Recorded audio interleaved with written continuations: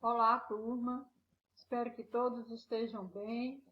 Então, meus queridos e minhas queridas, hoje nós vamos estudar sobre principais correntes do pensamento pedagógico a partir da modernidade. Para tanto, vamos dar início aos nossos estudos. Assim, temos o seguinte: será que existe uma única teoria que possa responder a todas as situações vividas na escola? Logicamente, essa é uma pergunta que fica difícil, né, da gente responder, porque não há uma teoria única que você possa estar adotando no seu trabalho pedagógico. Claro que no seu trabalho pedagógico vai predominar uma teoria pedagógica, mas de uma vez por outra a gente também tem aquela tendência de estar trabalhando resquícios de outras tendências, que não seja aquela que está predominando, que você escolheu para desenvolver o seu trabalho pedagógico.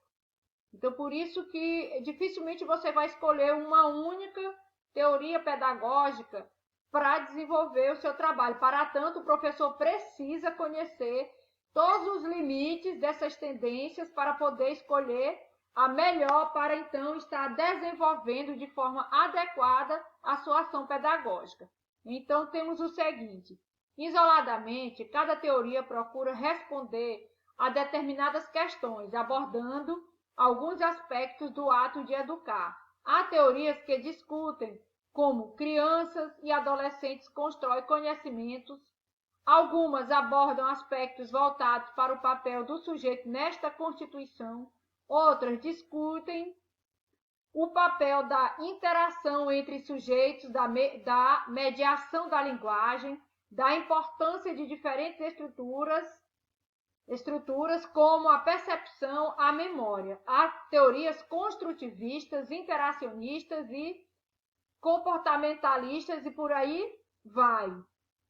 Cada professor precisará conhecer os limites e alcances de cada teoria para refletir sobre o seu próprio trabalho pedagógico, aquilo que eu já tinha dito, né? Todos os professores precisam conhecer, estudar sobre essas tendências, ampliar seus estudos sobre as tendências pedagógicas para poder estar escolhendo a que melhor irá adaptar ao seu objetivo com relação à sua ação docente. Assim, entendendo-se a escola como um lugar onde cabem formas diferentes de compreender o mundo, um lugar onde conhecer e aprender a vida em seus infinitos aspectos, percebe-se que é preciso que cada professor construa conhecimentos teóricos que lhe permitam uma visão não fragmentada do ato de educar. Nossa própria formação como educadores foi realizada de forma fragmentada, a partir de disciplinas com enfoques estanques, isolados, psicologia, sociologia, filosofia, cada qual fazendo um determinado recorte para estudar como os seres humanos pensam, sentem e constroem significados. Então, a própria formação dos professores, elas já levam, né, para esse sentido fragmentado, quando, na verdade, o ensino que a gente tem que desenvolver é um ensino interdisciplinar, envolvendo mais de uma disciplina, para que o aluno tenha uma formação integral. Uma metáfora pode ajudar a entender essa questão. Na década de 60, da imensidão do espaço, um astronauta, ao contemplar o mundo, constatou que, apesar de tanta diversidade em volta na atmosfera, a Terra é uniforme e azul. De longe percebe-se só o azul, de perto podemos ver o verde das florestas, o branco da areia, o azul do mar. A partir do lugar onde se está, há muitas formas diferentes de perceber a realidade. Não há um único ponto de vista que, isolado, possa explicar esta realidade. Assim também ocorre com as teorias voltadas para a educação. Nenhuma sozinha poderá dar resposta à diversidade de questões que se apresentam no ato de educar. Então, não tem uma teoria única para se ensinar, embora que se predomine uma, mas sempre a gente está buscando conhecimento em outras para poder estar adequando o nosso trabalho, a nossa ação docente da melhor maneira possível. Quando Alice pergunta ao gato de Cheshire que caminho deveria seguir, recebe uma resposta.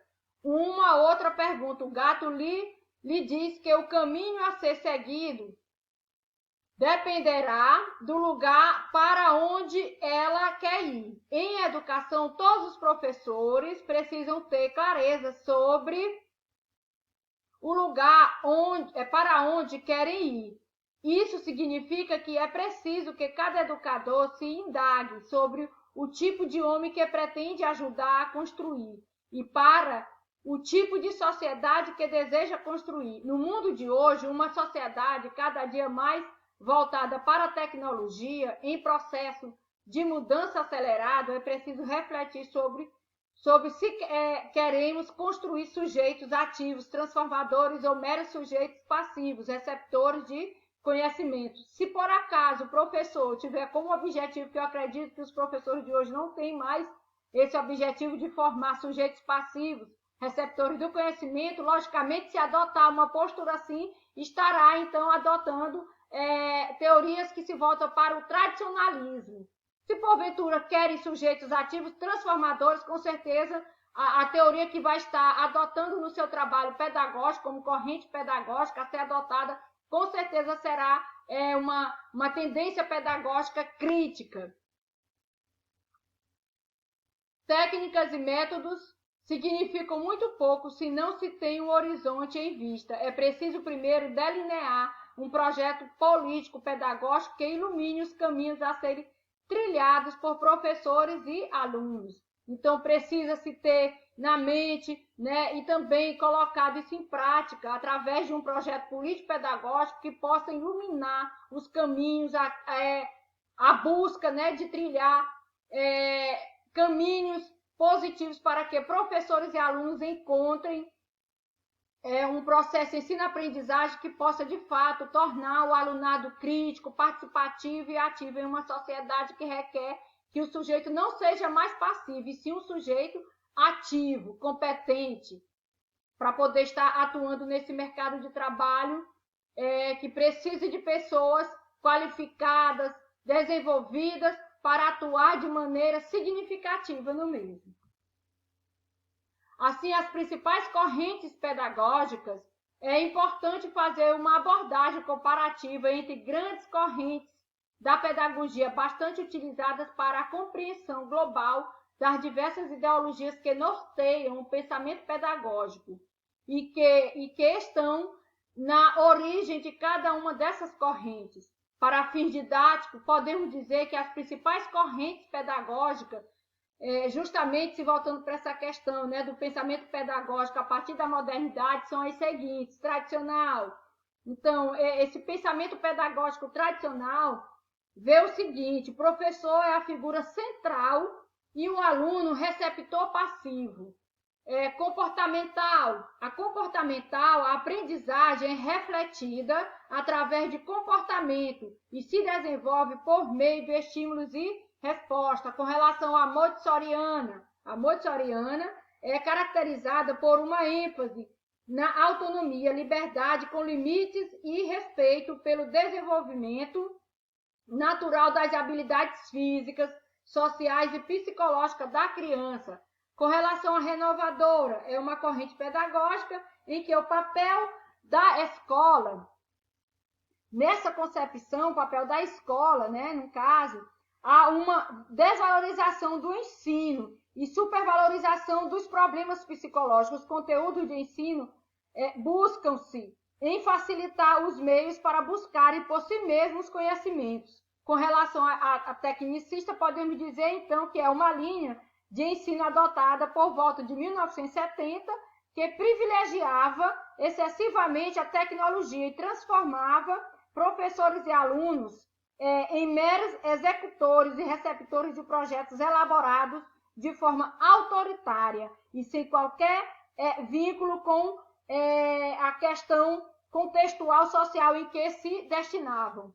Temos também a questão da sociocultural. Essa corrente pedagógica sociocultural, ela é principalmente inspirada por Paulo Freire, surge em um contexto pós-guerra mundial e se liga à problemática da democratização da cultura. Vamos ter também a humanista, vamos ter a humanista que tem com fim o aluno como sujeito do processo de aprendizagem e não como objeto, como a pedagogia tradicional pregava.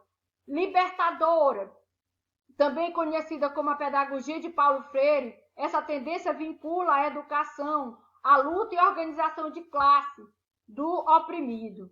Aí vamos ter também a questão da tendência pedagógica que se volta para o cognitivista, né?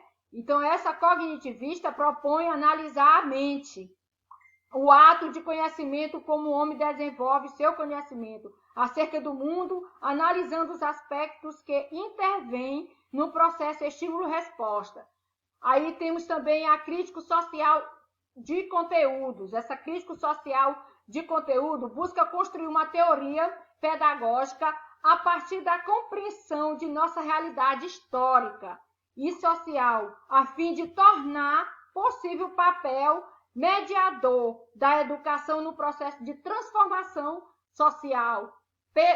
Piagetiana. A Piagetiana prega que o desenvolvimento da aprendizagem se dá por assimilação e acomodação. Construtivista afirma que o conhecimento é resultado da construção pessoal do aluno. O professor é um importante mediador do processo ensino-aprendizagem.